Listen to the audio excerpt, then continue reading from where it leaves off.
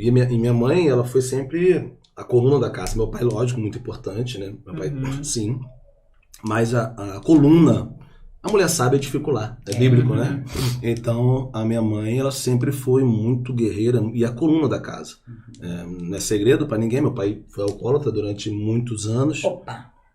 Esse é um ponto Importante. importante. Meu pai... Não quero que você passe rápido, se puder, Sim. entrar um pouquinho nem meio, porque quantas pessoas estão nos ouvindo que tem às vezes um pai com um problema, né, com uma deficiência, com uma situação dessa, uma questão dessa, né? Quantas pessoas, mulheres também, que a gente nem torna sabe, público, né? Então é importante você, se puder, se não tiver problema. Não, meu pai, e é um exemplo, e hoje, graças a Deus, ele não é mais, né, mas ele foi durante muitos anos. Você vê, eu tenho 38, ele parou de beber, deve ter 6 a 7. Quando você era menino? Desde criança. Desde criança. Na verdade, ele já bebia antes de mim. Minha mãe já conheceu ele bebendo. Já bebia. Isso foi intensificando. Então, ele foi alcoólatra durante muitos anos, já antes de mim, e eu acompanhei por 32 anos, né? E aí, então, a bebida destrói os lares, né? É algo realmente muito difícil. Então, pela bebida, por essa doença, em alguns momentos ele foi muito ausente, né?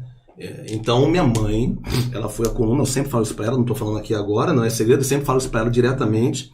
Ela foi a coluna, ela foi que sustentou a casa, ela é evangélica também, e segurando em Deus, na mão de Deus, buscou força em Deus para conseguir segurar. Então, a minha referência de empreendedorismo, a minha resiliência, ela vem muito da minha mãe, porque ela foi muito guerreira. Então, meu pai foi alcoólatra durante muitos anos, e ela ali orando.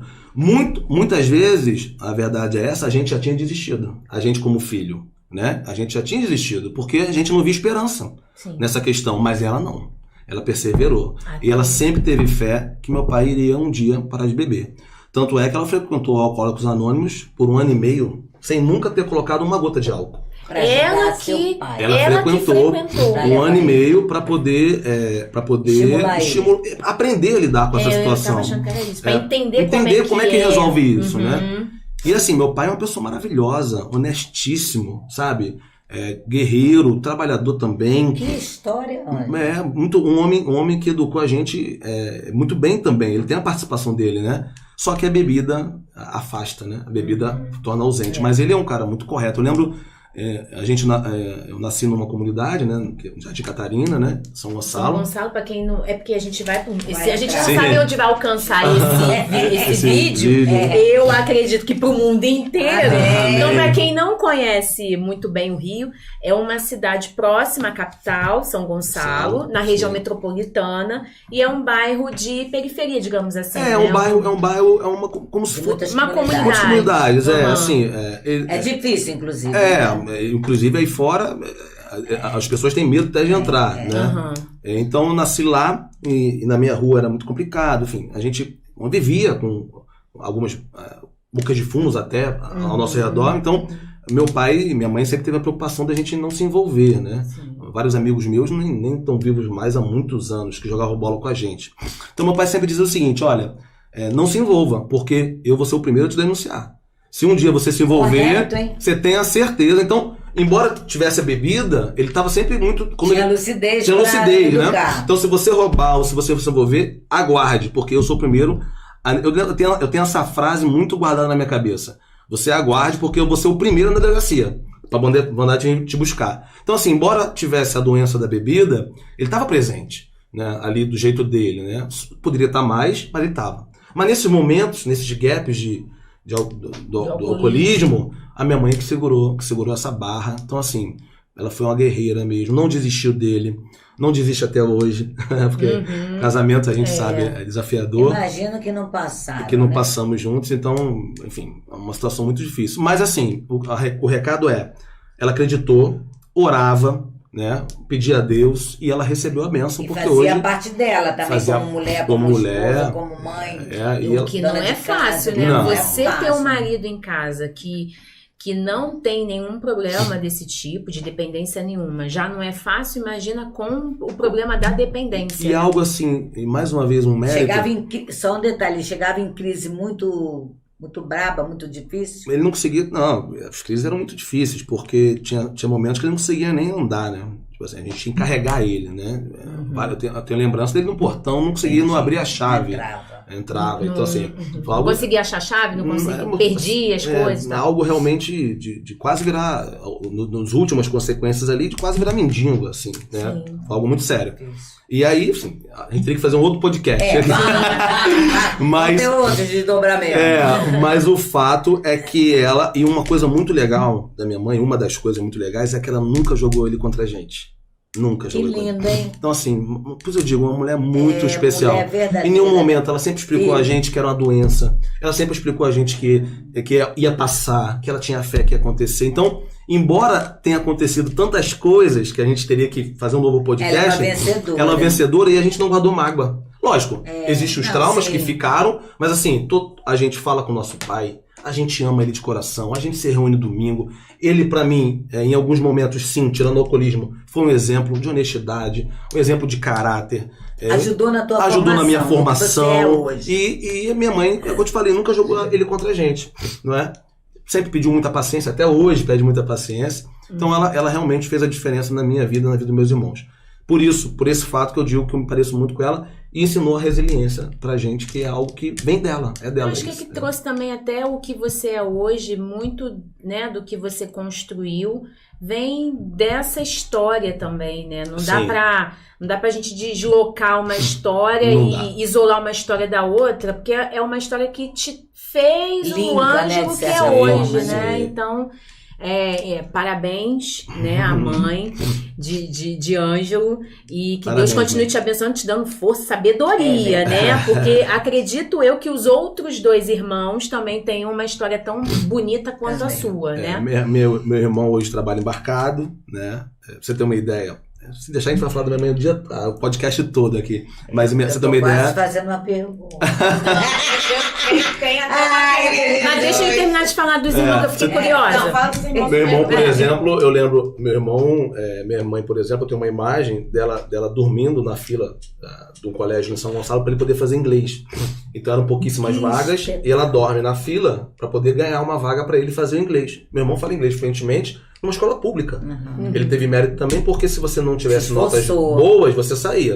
E também pescava pela internet. Então, meu irmão hoje trabalha embarcado, fala inglês fluentemente. Minha irmã é psicóloga de mão cheia, né? Já se formou, trabalhava durante o dia, estudava à noite, chegava em casa de tarde, de noite, de madrugada, trabalhava no dia seguinte. Hoje já presta a sua consultoria, né? E é um psicólogo de mão cheia. Então, a gente tá... Ninguém se perdeu, tá todo mundo no caminho. Encaminhado, todo mundo encaminhado, né? Então, assim... Com todos os problemas, com todos os problemas, nenhum deles bebe, né? Eu não bebo.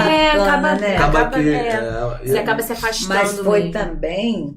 o princípio, né? Sim. Aquela coisa da mesa, do café da manhã, o almoço de domingo, puxãozinho de orelha, a conversa, o papo com o filho, não ter vergonha de falar certas coisas, ser transparente, ser verdadeiro com o filho, porque hoje também os pais erram muito às vezes, né? Não são transparentes, quer transparecer pro filho uma vida maravilhosa, mas que na verdade às vezes nem dorme com o marido ou não dorme com a esposa, né? Não tem uma vida de verdade. Não cobram dos filhos também. É verdade. Não, claro, porque você acaba ficando em dívida, você não tem moral para cobrar. Eu lembro de alguns... Assim, na nossa... Quer falar, Jéssica? É porque eu tenho uma pergunta. Eu sei que a gente nem entrou na história do Ângelo, mas é porque a situação do seu pai acabou gerando aqui, né? Perguntas às pessoas. E a Celi Moniz... Gente, a gente não vai ter como dar boa noite pra todo mundo. Estamos em quantos? Obrigada, meus queridos que estão nos assistindo. Amém. A Celi perguntou como seu pai venceu a dependência química. Bom, aí, assim... É muito importante. É muito importante. Né? E é importante, sim, porque aí tem uma história de superação dele muito forte. Por quê? Então, meu pai vai para Friburgo, morar em Friburgo, e vem de 15 em 15 dias. E aí, um primo nosso vai lá e fala assim, olha, vai lá que seu pai... Tá em estado deplorável. O negócio tá ruim, vai lá que a coisa não tá legal. Muito bem.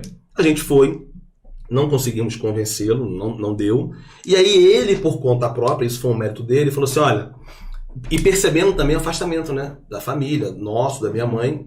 Minha mãe precisou... E aí tem um fato importante. Minha mãe se posicionou.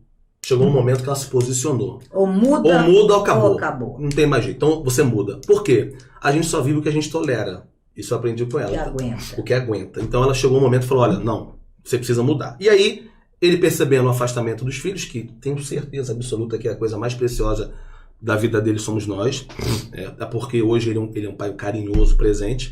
E aí ele percebendo esse afastamento, ele falou assim, não, eu preciso mudar. E aí ele se inscreve através de um primo nosso, num projeto da Igreja Católica, chamada Caminhada de Emaús.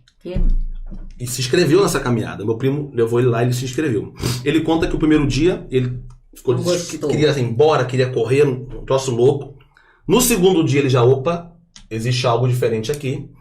E no terceiro dia, que era o dia da saída, minha mãe, mais uma vez minha mãe, reúne a gente e fala, olha, vamos lá apoiar seu pai. Porque ele tá saindo... Que sabedoria. Sabedoria. Vamos lá apoiar seu pai e é surpresa, ele não sabe que a gente vai. Minha mãe reúne eu e meus irmãos e a gente vai de surpresa lá. Quando chega, aí eles fazem uma caminhada, quando chega na igreja, ele sai daquele momento ali.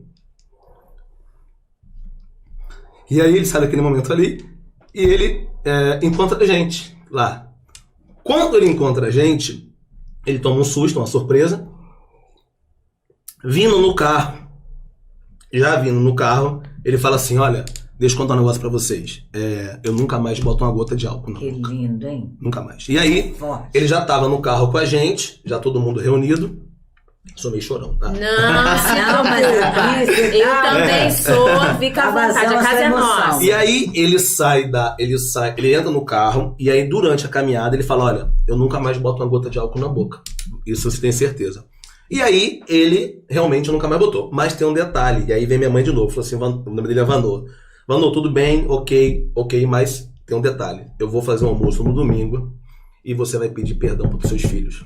Gente, ela não é assim, não. Tudo. Então, ela faz o almoço no domingo, reúne a família toda, inclusive a gente, e faz ele pedir desculpa pra gente. E ele pede? Dona Ângela pediu, a veia dele pulava aqui, assim, sabe? A desculpa demorou a sair. Foi um momento muito... E a gente, assim, ó, parado. Importante pra... Se redimir com os filhos, sim, né? porque ali... Porque vocês sofreram tanto Sofremos. também, E ali, ela libera o perdão. E é uma sabedoria, porque ela faz a gente liberar o perdão também, não é? Que então, coisa linda. Ela e uma forma também dele se comprometer, né? Sim, uma forma dele ter compromisso. Dele se comprometer também. E ela reúne a família, e aí no momento que ele pede desculpa, a gente se abraça, a gente beija ele, a gente fala... Que momento lindo. Pai, a gente tá contigo, a gente te perdoa. E aí, enfim, e aí ele para de beber, e até hoje, nunca mais... Quanto tempo já faz isso que vocês... Uns 7 anos. E olha, hoje tem um detalhe, e aí tem um detalhe muito bacana. Olha como é que Deus age. Hoje ele trabalha nessa caminhada de Emaús, ajudando outras pessoas. Existe a caminhada de Emaús. Inclusive, sem ser esse domingo agora, da eleição do outro. Atenção, caminhada de Emaús. De Emaús. Sem ser esse domingo agora, o outro, ele estava lá ajudando os alcoólatras, drogados, a sair dessa vida também. Então hoje ele leva a palavra de Jesus. Do jeito dele, né? Da forma dele. Mas ele hoje fala de Jesus.